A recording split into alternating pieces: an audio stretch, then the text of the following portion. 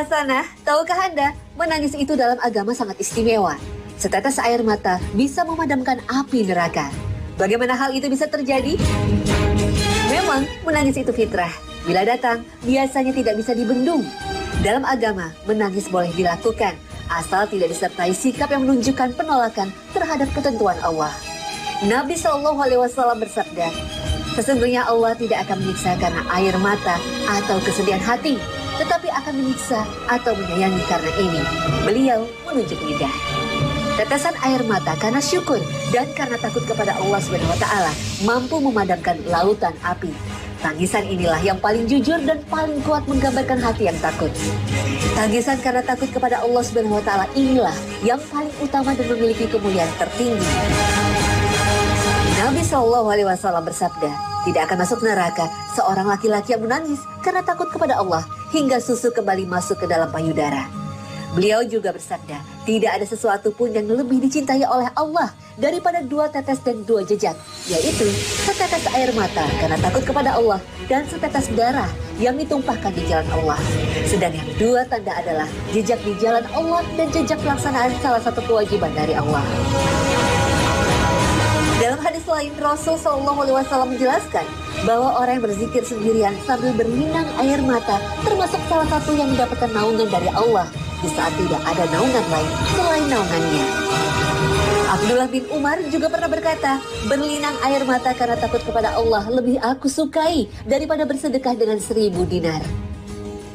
Ka'ab al-Ahbar, seorang sahabat Nabi, juga mengatakan, menangis karena takut kepada Allah hingga air mataku mengalir di kedua pipiku. Lebih aku sukai daripada bersedekah dengan emas seberat tubuhku.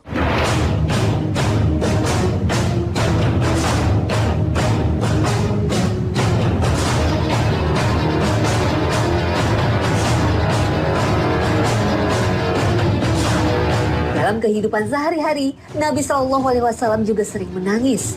Terkadang beliau menangis karena rasa sayangnya kepada salah seorang yang meninggal, atau takut umatnya tertimpa azab, atau menangis saat membaca Al-Quran. Bahkan ketika beliau menangis, seringkali diikuti oleh para sahabatnya. Suatu ketika, Usamah bin Zaid radhiyallahu anhu mengisahkan, salah seorang anak laki-laki putri Nabi SAW sedang menghadapi kematian. Lalu putri beliau mengutus seseorang untuk memanggil beliau. Rasul lalu mengirim pesan, sesungguhnya bagi Allah segala yang diambilnya dan segala yang diberikannya, setiap orang akan hidup hingga ajal yang telah ditentukan. Maka bersabarlah dan memohonlah kebaikan kepada Allah. Mendapat pesan ini, putri beliau mengirim utusan dan bersumpah demi Allah agar beliau sudi datang. Maka beliau berdiri dan aku pun ikut berdiri bersama Mu'az bin Jabal, Ubay bin Ka'ab, dan Sa'ad bin Ubadah. Setelah kami tiba, orang-orang menyerahkan cucu beliau, sementara nafasnya sedang bergerak di dadanya, bagaikan nyibrah lama. Nabi menangis, lalu Sa'ad bertanya, apakah engkau menangis? Nabi bersabda, sesungguhnya Allah hanya mengasihi hamba-hambanya yang pengasih.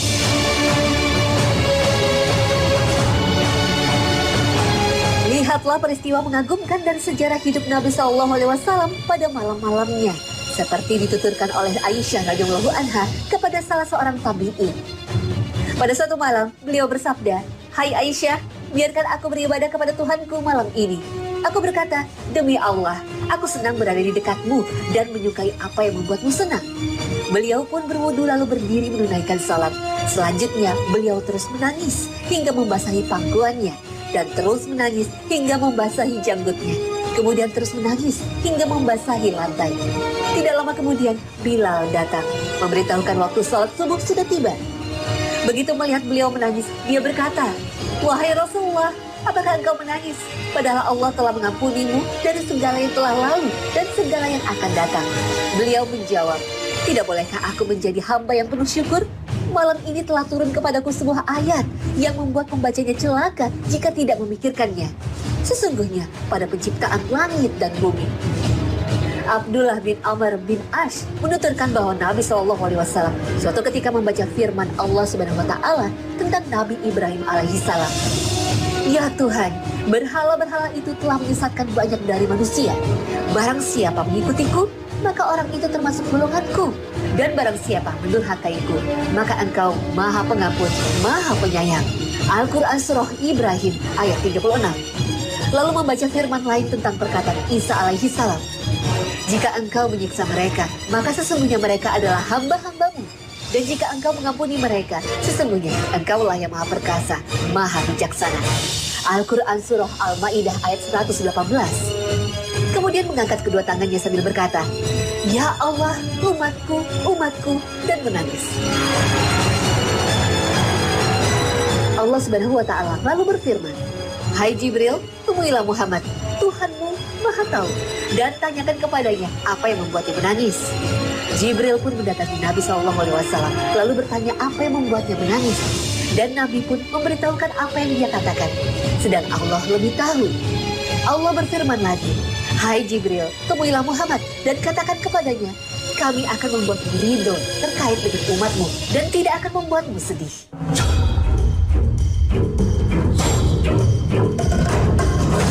Begitulah Nabi SAW mengajarkan umatnya bahwa tangisan itu luar biasa, bisa memadamkan api neraka. Tangis merupakan bukti kelembutan hati, juga pertanda jauhnya kekerasan hati. Itulah mengapa tangis menjadi bentuk takorub, mendekatkan diri yang paling agung yang dilakukan oleh para ahli ibadah. Cara yang paling banyak dilakukan oleh orang yang takut kepada Allah untuk menggapai kasih sayangnya.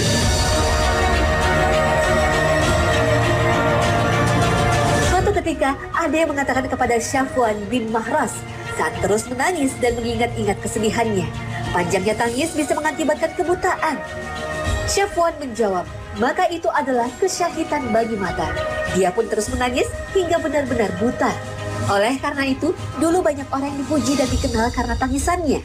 Maka dalam sejarah Islam ada nama yang disematkan kata tangisan pada namanya. Seperti Yahya al-Baka, artinya Yahya yang banyak menangis. Juga Haisam al-Baka atau yang banyak menangis. Syafwan bin Mahras sendiri juga terkenal dengan julukan Al-Baka, artinya orang yang banyak menangis. Wallahu a'lam.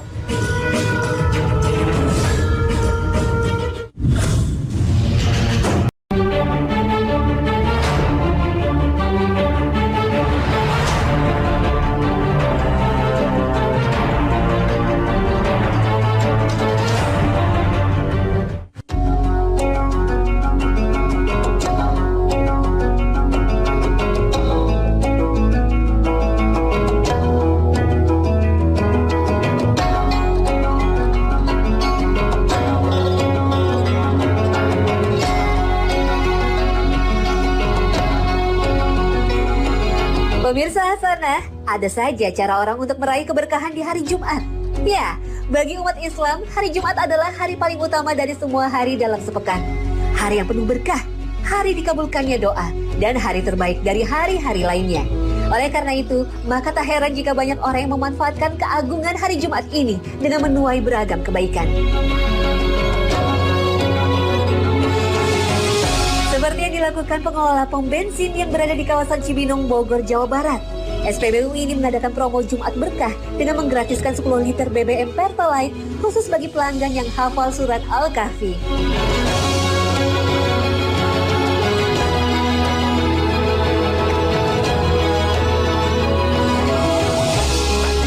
Nah, saya mau coba ikutan promo Jumat Berkah ini. Siapa tahu saya bisa dapat 10 liter bensin gratis.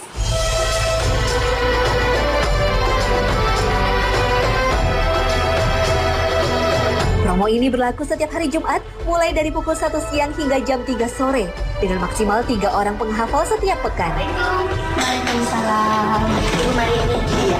Mari. Iya. Bu, saya mau ikut yang promo Jumat Berkah itu. Silakan isi daftar hadirnya dulu.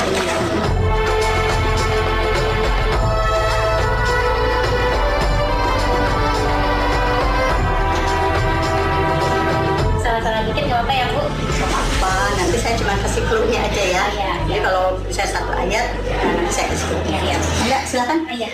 A'udzubillahi minasyaitonirrajim. Bismillahirrahmanirrahim. Alhamdulillahilladzi anzala ala 'abdihil kitaba wa lam yaj'al lahu 'iwaja. Menyetor hafalan surat Al-Kahfi terbilang cukup menantang, karena surat ini bukanlah surat pendek, terdiri dari 110 ayat. Perlu usaha lebih untuk bisa menyelesaikan surah ini. Ala 'abdihil kitaba wa lam yaj'al lahu 'iwaja.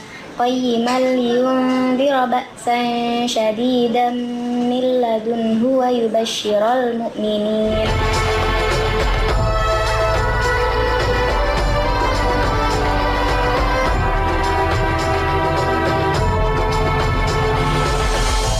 Ilahu wahid faman kana yarju liqa'a rabbih falyamal 'amalan shalihan wa la yusyrik bi'ibadati rabbih ahada. Shadaqallahul azim. Ya, meskipun tadi saya sempat beberapa kali salah, tapi sama Ibu Yani dibenerin sampai saya berhasil menyelesaikan 1 surat Al-Kahfi. Alhamdulillah ya, Bu. Promo Jumat Berkah ini telah diadakan sejak Agustus 2018 lalu. Sejumlah pelanggan sudah tercatat menjadi penerima BBM gratis melalui promo ini. Mulai dari pengemudi ojek hingga anak kelas 3 SD. Melalui program ini, masyarakat diajak untuk mengamalkan ibadah agung, yaitu membaca surah Al-Kahfi di hari Jumat. Mbak, aku dapat oh yang Jumat Berkah ya? Ya. Dari nol ya.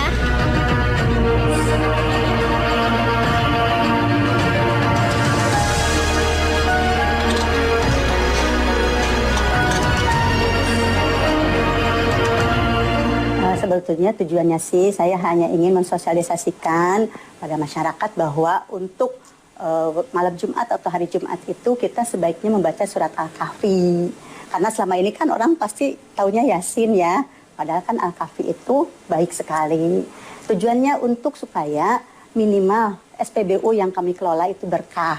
SPBU berkah, Kabupaten Bogor dan Indonesia menjadi berkah. Itu yang paling utama.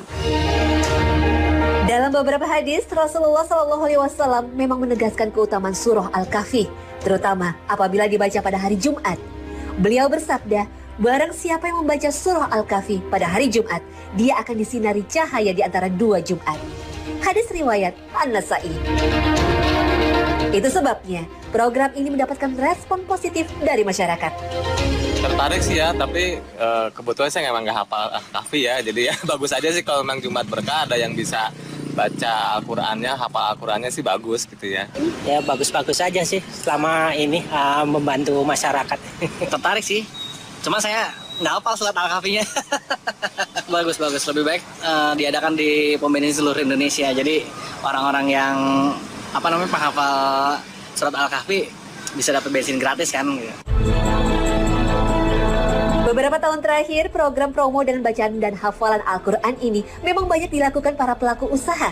Selain untuk mendapatkan keberkahan dalam usahanya, juga dapat mengajak orang lain melakukan kebaikan. Lalu bagaimana pandangan Islam tentang mengajak orang lain beramal baik, namun dengan iming-iming mendapatkan sesuatu? Sebenarnya hal ini dari dulu juga ada semacam yang namanya targhib sama tarhib. Ya. Targhib itu mengiming-imingi sesuatu, apa hadiah atau apa saja apabila orang itu mampu melakukan sesuatu hal yang baik. Taruhlah seorang ayah mengatakan kalau kamu bisa melakukan ini maka dikasih sepeda. Itu kan targhib. Iya. Terlepas daripada perbedaan pendapat, hal ini insya Allah tidak dilarang. Bahkan ini merupakan satu hal niat yang sangat baik. Niat baik yang pertama itu adalah paling tidak dia ini ingin bersedekah kepada orang-orang penghafal Quran. Ingin memuliakan penghafal Quran. Karena kalau lihat penghafal Quran ini kan dalam kenyataannya para ulama, Quran itu kan yashfa memberikan syafaat, yarfa memberikan derajat tinggi, yanfa kalau yanfa itu memberikan manfaat. Berarti kalau seandainya dia gara-gara hafal Quran, karena hafal Quran dia mendapatkan diskon atau dapat apa, itulah salah satu keagungan Quran, yanfa.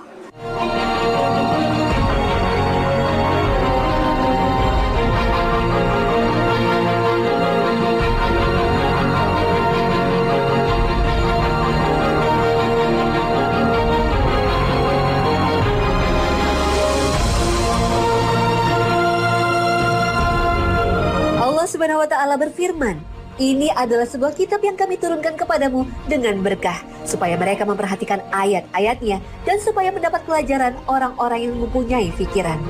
Al-Quran Surah As-Saff ayat 29. Wallahu a'lam bishawab.